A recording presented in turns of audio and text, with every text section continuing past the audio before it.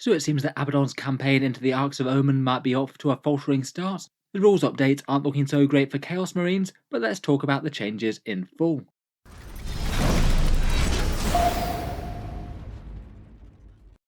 Hello and welcome back to Auspex Tactics, where recently we've been talking about these massive new Arks of Omen updates, and today I thought we'd talk about the Chaos Space Marines, who I do feel are maybe an army that have had a fair bit more of a rough time of it than most. Over the last 6 months or so in the Nephilim season, they've been doing kind of okay. They've won a fair amount of grand tournaments, though admittedly a bit more links to Emperor's Children and Creations of Bile than the other legions, and I do feel that there may be an army where you're a bit hamstrung into certain builds. Most lists tend to go some sort of formation of possessed, chosen, or terminators buffed by characters and supported by a couple of fighty HQs. Let's talk about how Chaos Marines look like they might be changing though. We'll go through the core rules changes first, then talk about each of their points and which of the units are looking better or worse now, talk through their new and updated secondary objectives in Arks of Omen, and then do a bit of an overall take as to the Chaos Space Marines going forward. Loads to talk about, so let's jump straight into it. So first up, as with basically the rest of the armies in Warhammer 40k, Chaos Space Marines can take this new Arks of Omen detachment now, and it does allow you a bit more freedom to choose which units you want to take along.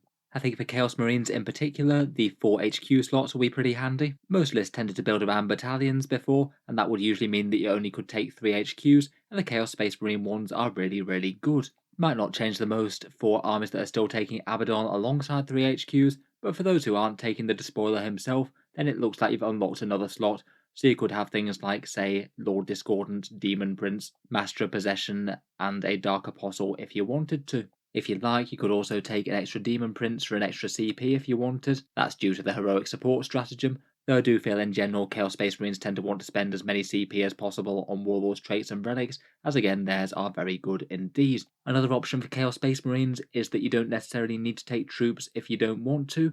You could go very big on the elite choices, things like Chosen and Possessed if you wanted. Though I guess if you're playing Emperor's Children and you just want to go absolutely mad on Noise Marines, that's more of an option than it was before, seeing as you only need the 1 HQ to unlock a whole ton of troops choices. Those things are kind of nice, but I must admit the Chaos Marines probably aren't looking stronger overall. The biggest reason behind that is that Armour of Contempt is going away, and they're not really getting anything significant to replace that. A few units picked up some free war gear, but I'm not sure overall it's going to compensate for an army-wide durability debuff.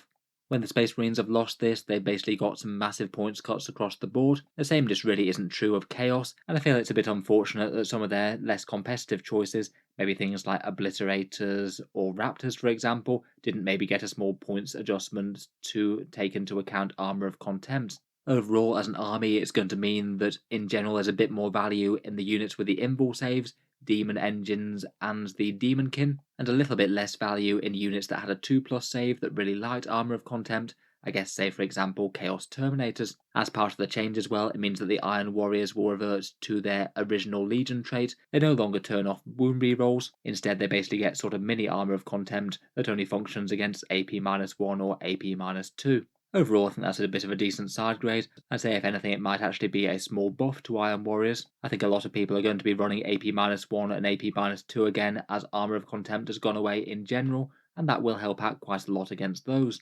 Perhaps one of the other really big nerfs that Chaos Space Marines got was the one to Creations of Bile though. In terms of the legions that were doing well at tournaments, it was basically Creations of Bile and Emperor's Children that have won basically all of the big tournaments for Chaos Space Marines.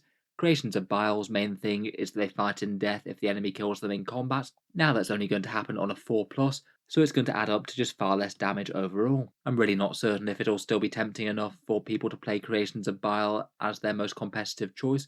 I feel like most people aren't exactly wedded to the lore of them, and I feel like at least in competitive games you're going to see a lot more people playing things like Emperor's Children, Black Legion, or Word Bearers instead. It does just make them a fair bit harder to play with if you can't guarantee that fights in death, and I'm not sure that the small strength and movement boost really are enough of a draw besides that. I still certainly not say that they're weak, but it might not be the competitive go-to.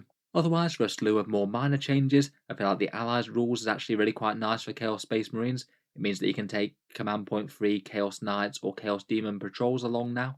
Flamers got nerfed, so maybe people won't care quite so much about them, but there are plenty of other decent demons about. Plus, I think that access to the Chaos Knight, Wardog Brigands, and Executioners is a really interesting boost to firepower for the Chaos Marines. Pretty much not something they ever wanted to do due to the command point cost in Nephilim, but now they're CP free, having a bunch of those running around with some heavy firepower and objective secured seems pretty doable. Otherwise, you can put things in Strategic Reserve free now. Could be nice enough to deliver some melee threats with Emperor's Children and lock in those long charges with their stratagem, I suppose. The Demon Prince Nurgle relic, Gorax, got better. That's the one that ignores Feel No Pain and damage caps, and also auto wounds, but due to a core book FAQ, it now means that it ignores -1 damage mechanics as well. That's really quite a big deal, as they're all over the place in Warhammer 40k, and it just means that a big axe or something with those special rules is even more reliable. I'd expect to see that just as much, if not more. Finally, super heavies are a bit more usable due to the Arks of Omen detachment.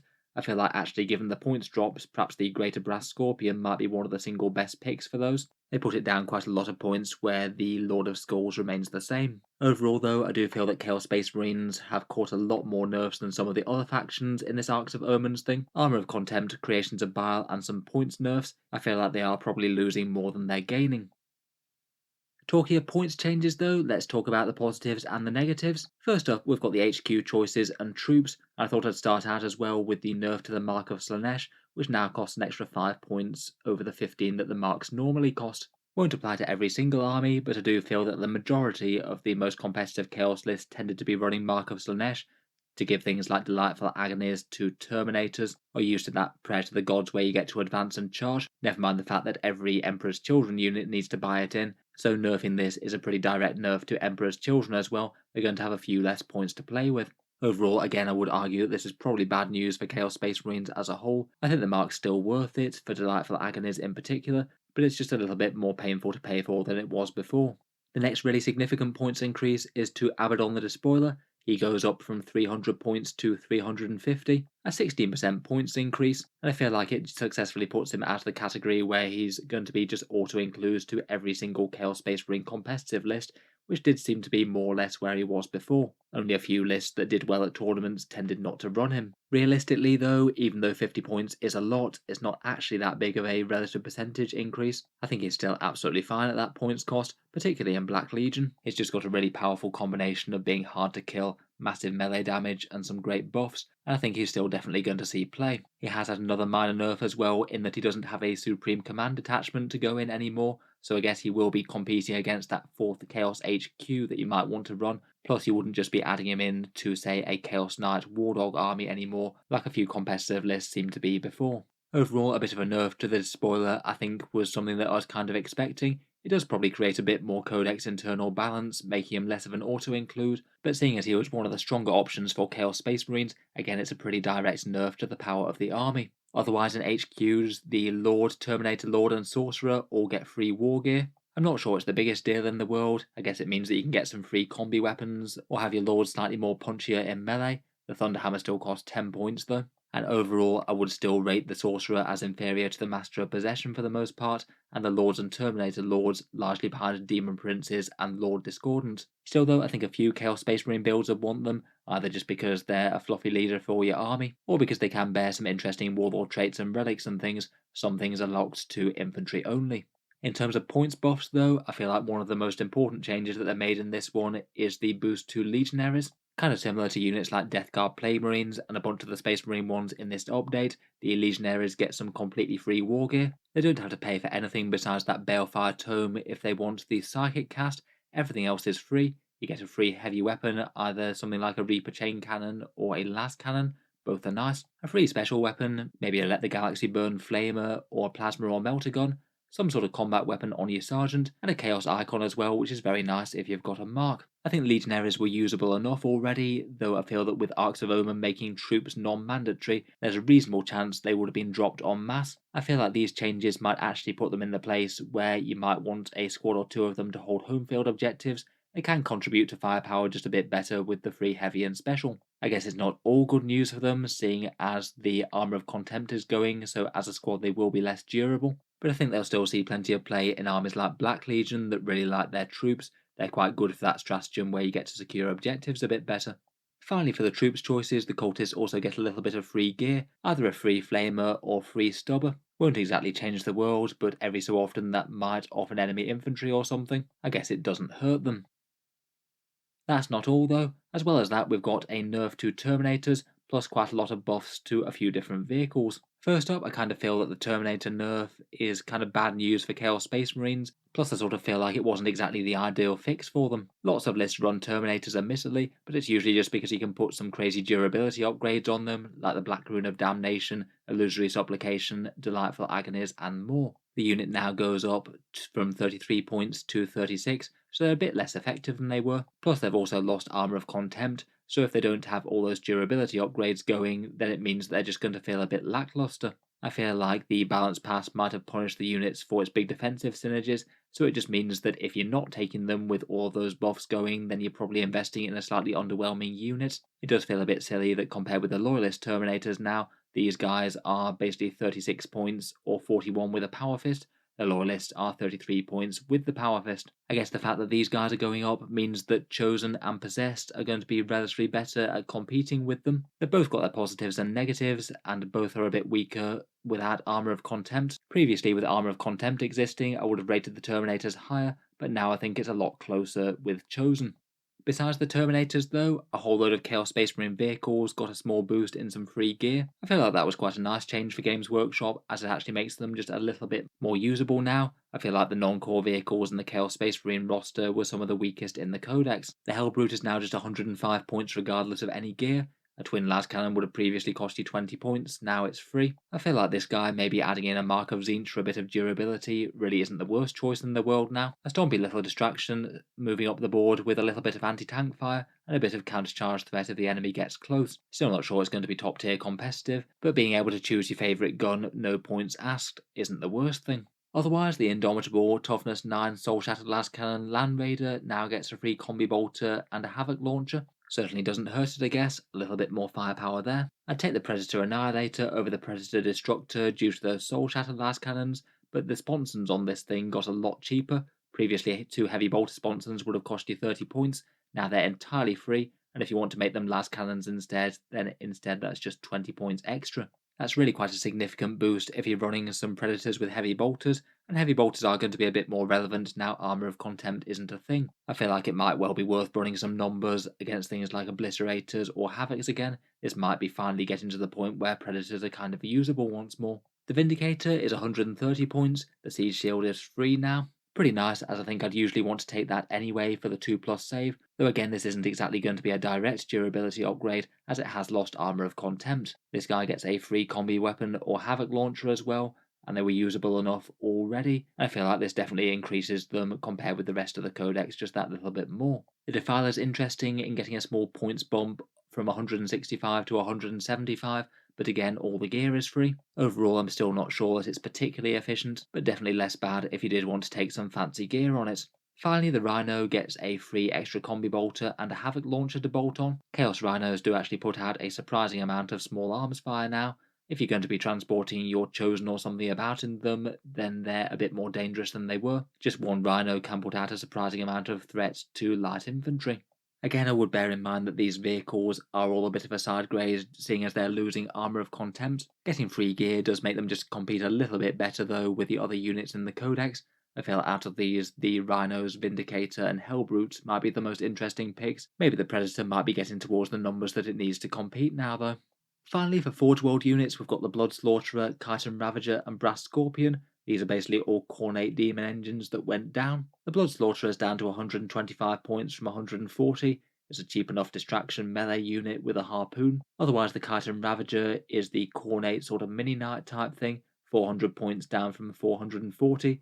Though my personal favourite I think is the Brass Scorpion, down from 475 to 430. This thing actually had some fairly acceptable stats before I thought. Some decent shooting and melee threats, plus it's at least reasonably tough. For me I think it stacks up pretty well against Lords of Skulls, and is probably better than an allied Chaos Knight, particularly now you can include it in the Lord of War slot within the same detachment in Arks of Omen, so it can get a Legion trait like say the re-rolling hits of Word Bearers if you're running them. Again, they have had a side grade and have lost out on Armour of Contempt, quite a big deal when you've got decent saves already.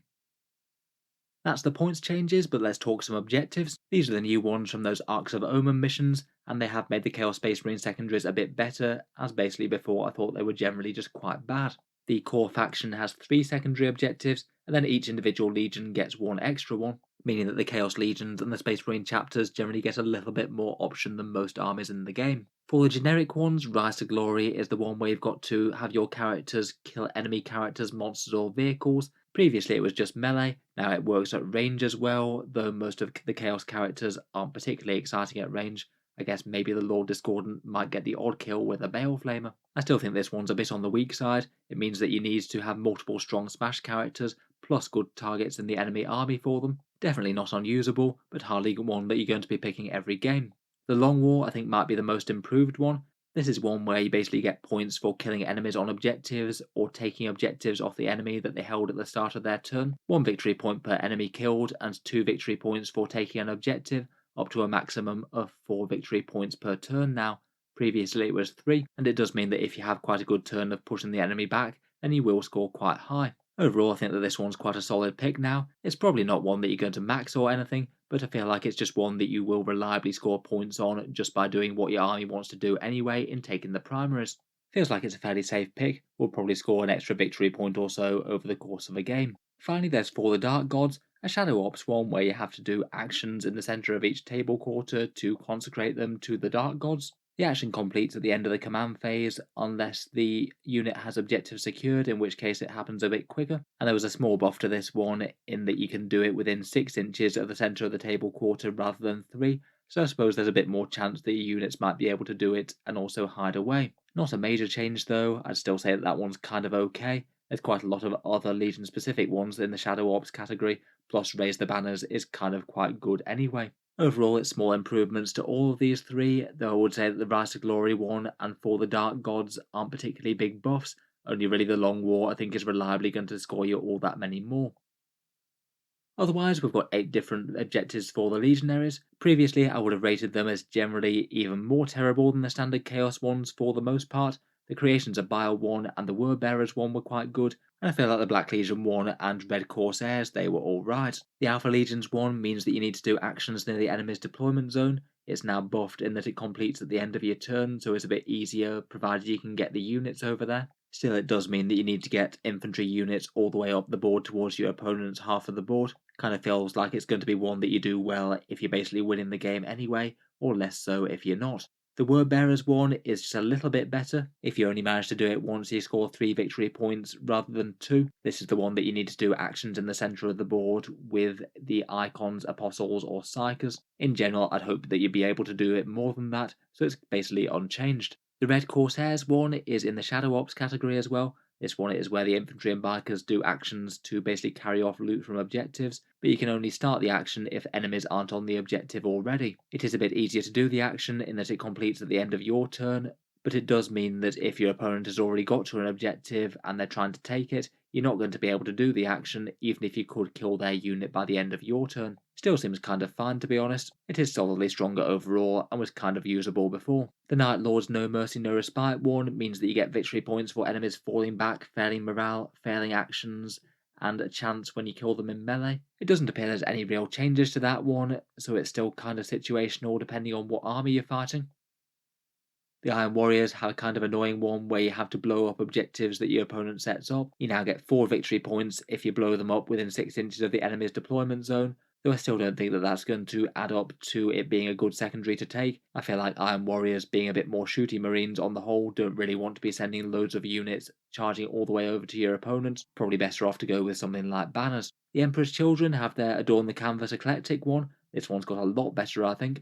Now each turn you need to try and kill a unit at range, a unit in melee, enemy characters with your characters, plus hold more objectives for 1 victory point each. All of those happen each turn that you score them, plus there's now no requirement for you to kill more units than your opponent had in that way. And provided you've got a good balance of ranged and melee units, I feel like this one is going to be pretty achievable against a lot of armies with a bunch of small units. Overall, I think that this one's solid. Should be a good choice if you're playing Emperor's Children, and I guess it's quite a welcome power boost to Chaos, seeing as that's one of the strongest legions at the moment anyway. The Creations of Bile one is good and it's unchanged, basically killing characters or monsters in melee for 3 victory points, or other units for 2 victory points each battle round. Better against some armies than others, but generally going to score at least something. And finally, the Despoiled Dominions Black Legion 1 is doing actions on midfield objectives, 4 victory points on them, or 1 victory point for ones in your own deployment zone. It now completes at the end of your turn if you're doing it with troops. This one seems like a pretty decent alternative to banners if you have the right troops on the objectives. I feel like Black Legion generally wants to be taking some legionaries anyway due to their good stratagem for them, and this kind of makes you want to double down on that. Overall, it's pretty much good news across the board for Chaos Space Marine secondaries, though some are definitely a lot better than others. After these changes, my favourites are probably that Long War one from the generic picks, and then pretty much still the Word Bearers and the Creations of Bile ones. The Emperor's Children one I think is perhaps the most improved, and Black Legion and Red Corsairs are both fine as well. So overall, rounding up the changes for the Chaos Space Marines, I would say that Chaos Space Marines are probably going to be a bit weaker overall going into this new meta. Some of their rivals have certainly seen some big nerfs as well. Things like Tyranids and Harlequins and Leagues of Votan are all toned down, but plenty of other slightly weaker armies have been buffed quite a bit as well. The main reasons that I think that Chaos Space Marines are going to be weaker are some staple points increases to things like Abaddon and Terminators, plus the Mark of Slanesh. Losing Armour of Contempt is really quite a big hit over the rest of the army, and only a few units got some points buffs to make up for it. The strongest performing legions both took hits, Emperor's Children with the Mark of Slanesh taxes and Creations of Bile for their legion trait, though I guess at least Emperor's Children did get a good secondary out of it. It's definitely not all bad news though. A lot of the points changes are pretty helpful for legionaries and the vehicles. The secondaries are a bit better, Allying Knights is nice, and that buff to Golax is pretty good. It makes it even more tempting than it was before to devote your Demon Princes to Nurgle. In terms of changes to competitive chaos lists going forward, I would suspect that people are probably going to be using a few more Possessed and Chosen on the board, and probably a few less Terminators. I don't think that Terminators are unusable though, if you do stack them with all the buffs still. For the strongest legions, I feel like the Emperor's Children, Black Legion, and Word Bearers are probably going to be stronger than Creations of Bile now, and they're not going to be in favour for competitive lists as much. Legionaries might just be a little bit more tempting now they've got some war gear on the go. I'd suspect all 4 HQ slots are going to be filled for just about every army that's optimising their list, and I feel like there's a reasonable chance that some people might want to include some War Dogs as allies to provide a bit of fire support. What do these changes mean for your Chaos Space Marines, and how might you be tempted to adapt your lists as a result? I'd guess that Chaos Space Marines are still going to be usable, but maybe a bit more mid-tier, and not winning quite as many grand tournaments, unfortunately. So maybe not the most awesome news for the foremost servants of the Dark Gods, but certainly let me know what you think. If you've enjoyed the video, then feel free to subscribe to Auspex Tactics, where I'll certainly be trying to cover a bunch of the other factions in this new Arks of Omen era. We've already talked about Necrons and Orcs on the channel already, so feel free to check those out if you'd like to see that, or subscribe to Auspex Tactics if you'd like to see more like this. I'll leave a link to my more general Arks of Omen big overview down in the video description below. Finally, if you have been getting some good use out of my videos on the channel, I would just like to mention that Auspex Tactics does have a Patreon page as well, and that's how I can afford to keep all the content coming quite so regularly like this. If you have been enjoying quite a bit, any support on the Patreon page is enormously appreciated.